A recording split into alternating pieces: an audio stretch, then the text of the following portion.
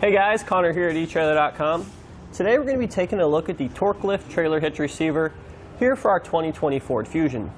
Our Torklift Trailer Hitch Receiver is going to be an excellent option here for our Ford Fusion. As we can see, it has a larger 2-inch receiver tube opening, and this is actually the only hitch for our Fusion that has this larger opening. So our hitch is going to allow us to do a couple different things. We're going to be able to pull a trailer. We're also going to be able to carry a bike rack or cargo carrier if we want to free up some space in the vehicle or we want to hit the trails. Another reason I really like this Torklift hitch is it has a completely hidden design. The only thing we're going to see here is the receiver tube opening. The cross tube, if you will, is going to be hidden behind the rear bumper. It's going to make for a nice, clean, sleek install look. So a few other things that I really like that Torklift does. As you can see, we have this nice square collar on the outside of a receiver tube opening. We also have like a hammered, if you will, sort of a hammered finish powder coat, which is just going to help it blend in, and it just looks really nice on the back of our Fusion here. So on the side of our receiver tube opening, we're going to have a 5/8 inch diameter hitch pin hole. Now keep in mind, our hitch pin and clip are going to be sold separately.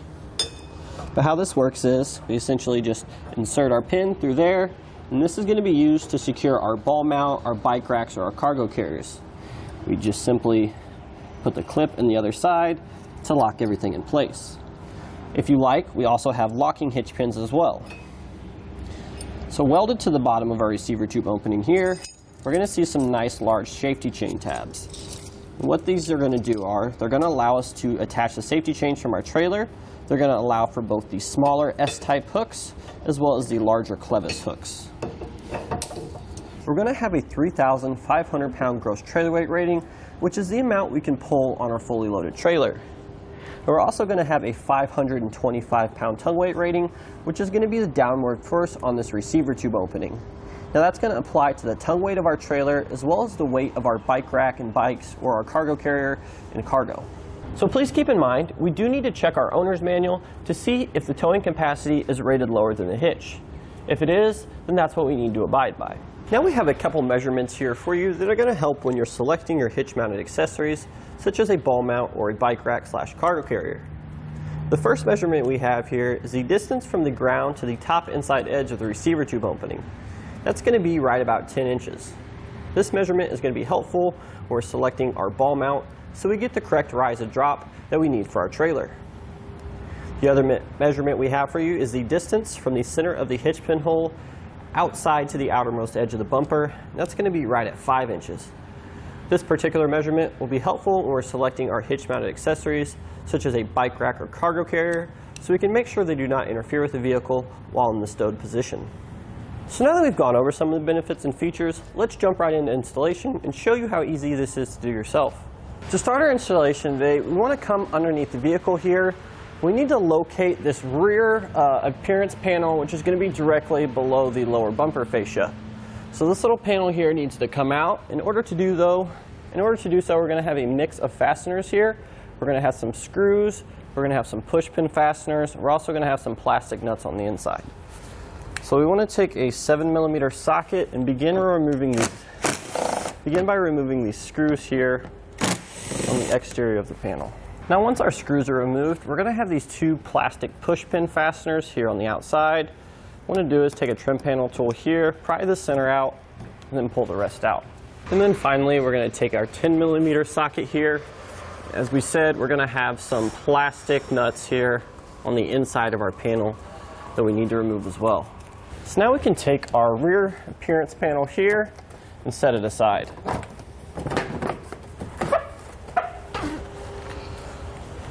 So now that we have our appearance panel out, we can go ahead and come to the underside of the vehicle here.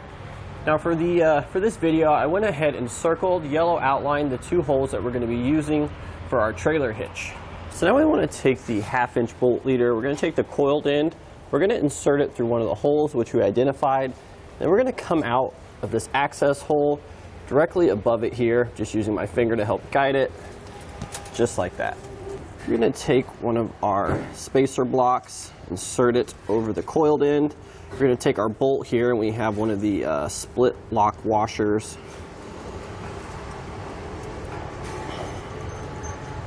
We're going to thread our bolt onto the coiled end, and now we're going to go ahead and fish this all through.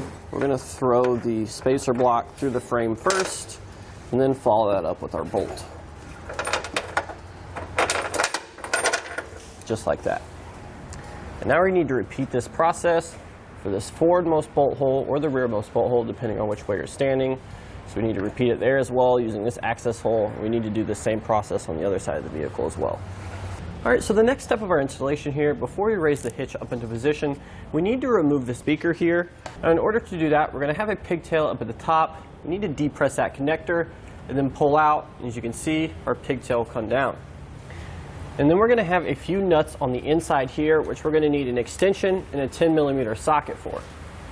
So they're going to be kind of hard to see, but you should be able to feel for them and get them loose. So we've already taken out one. We were just removing the last one there. I'm going to go ahead and spin that the rest of the way off. And this device should come out, down, and off the vehicle. So now for this next part, we're going to go ahead and make a bracket so we can reinstall our speaker here on the exterior of our vehicle. Now if your particular model didn't come with this speaker here, then you could obviously just skip this step. So what we're going to do is we're going to take this no drill bracket, which we sell through etrailer.com. So you will need this unless you want to make one of your own. So the no drill bracket you're going to receive is going to look a little bit different from this. The only thing we've done so far is we just made a little bend here about the center of that tab, just like so. So all you need to do is take a hammer and a flat edge surface and bend the bracket to look similar to this. So we're going to come underneath here and we're going to see the two studs that our speaker was mounted to before we removed it. What we're going to do is we're going to take the flat edge on our no drill bracket. We're going to hold it up like so we can get the bolt center so we know where to drill our hole. The best way to do this is just to take a paint marker and mark where those two holes are going to line up. So now once we have the two holes here marked for our mounting bracket on the studs on the vehicle, we're going to go ahead and mount our speaker to the outside of it just like so. So then now we need to make two more holes here. We're simply just going to hold the speaker up and use the holes here as our template for our drill marks. So now we have our mounting bracket secured in a device that's going to hold it and allow us to drill our holes much easier. So now for this next part, we are going to need to get our own hardware. I'm just going to take some 1/4" bolts here, depending on what size hole you drilled. We're going to first attach our speaker to this bracket here. Then we're going to be using some lock nuts on the rear here, and we'll tighten those down. So now that we have our speaker attached to our bracket, we can go ahead and set our bracket back up on the vehicle's existing studs.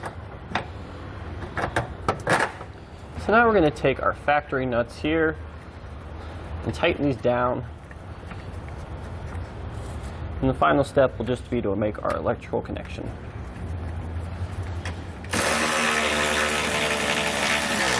So now in order to reconnect our electrical connector here, we're actually going to have to undo this little push pin fastener here to give us more slack. And then we should be able to make our connection.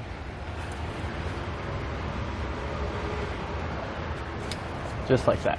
So now we can take our hitch and raise it into position.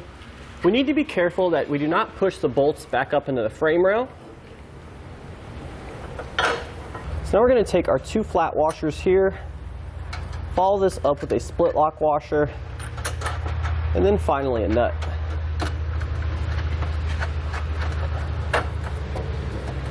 So we went ahead and used our rear attachment points first, and now we're going to tilt the hitch up into position. Keep in mind, we're going to have a little interference with this bumper here, so we are going to need to sort of peel that back.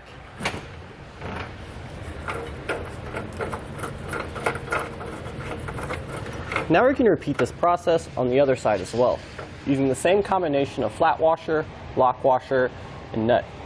So now that we have all of our fasteners in place, we're going to go ahead and zip everything down just to snug it up. So now we need to come inside the vehicle here. You're going to see there's a hole directly above our hitch cross tube. We're also going to have a corresponding hole in the frame rail here. We want to take our smaller 3/8 inch fish wire. We're going to feed the coiled end through that opening there in the bumper, and then we're going to feed it back and try to get it to come out of the access hole we used for our other bolts. There we go. Then we can pull that free. Make sure we don't pull the other end back through the hole. What we're going to do is we're going to take our 3/8 inch bolt here. We're going to take our lock washer here, split lock washer. But first, we need to feed our spacer block over the coiled end, then we can thread on our bolt here.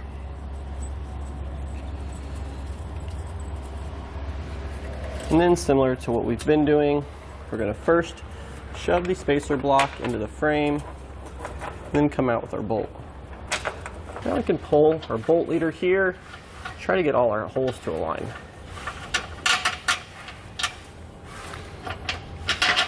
Just like that.